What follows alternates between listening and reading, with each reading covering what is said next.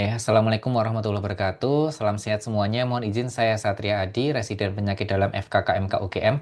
Mohon izin saya untuk melaporkan hasil tesis kami yang berjudul hubungan antara kadar vitamin D serum dengan fungsi ginjal pada pasien glomerulonefritis di RSUP Dr. Sarjito. Dengan pembimbing yaitu Dr. Julia, spesialis penyakit dalam konsultan ginjal hipertensi, dan Dr. Metalia, spesialis penyakit dalam konsultan ginjal hipertensi. Penelitian ini menggunakan dua variabel utama, yaitu variabel bebas vitamin D yang diukur dengan kadar 25 OHD serum, dan variabel terikat adalah fungsi ginjal yang diukur dari estimasi laju filtrasi glomerulus. Akhirnya kita dapatkan ada sekitar 60 subjek penelitian, yang kemudian hasilnya adalah didapatkan ada 76% diantaranya adalah perempuan dengan rata-rata usia 31 tahun, 75%-nya tanpa komorbid, dan rata-rata IMT-nya adalah 23 dengan sebagian besar dengan diagnosisnya adalah lupus nefritis. Di mana kita peroleh di antaranya ternyata 88,3% sudah mengalami defisiensi dan rata-rata kadar vitamin D serumnya adalah 13,5. Dan ternyata dari hasil ini kita mendapati bahwa populasi GN di dalam studi ini jauh lebih rendah dibandingkan populasi-populasi lain di Indonesia. Kemudian ternyata didapati dengan rata-rata kadar estimasi laju filtrasi glomerulus adalah 95,2, yang kemudian kita analisa dari hasil uji Spearman itu didapati dengan p-value-nya adalah 0,8, yang artinya bahwa tidak terdapat hubungan yang signifikan secara statistik antara vitamin D serum dengan laju filtrasi glomerulus pada pasien GN ini. Di mana hasil analisa bivariatnya hanya usia saja yang memiliki korelasi signifikan dengan nilai R-nya adalah negatif 0,54. Yang kemudian kita lakukan analisa multivariat diperoleh dengan nilai R square adalah 0,38 dan koefisien regresinya adalah 0,26.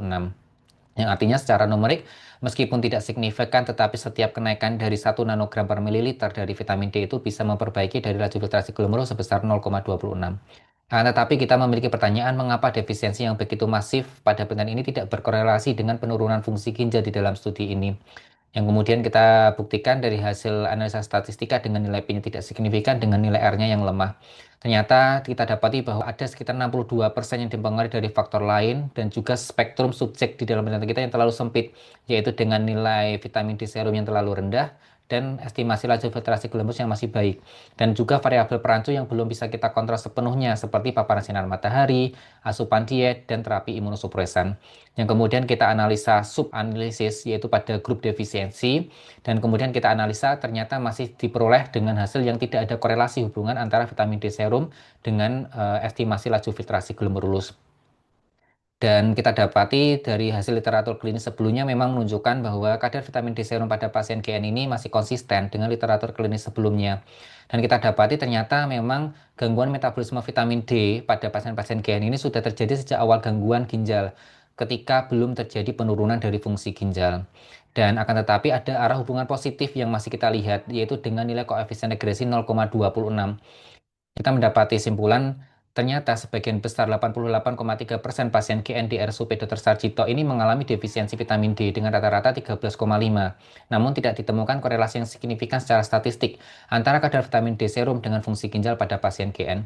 Kami memiliki saran bahwa yang pertama, perlunya screening kadar 25 OHD serum pada pasien-pasien GN.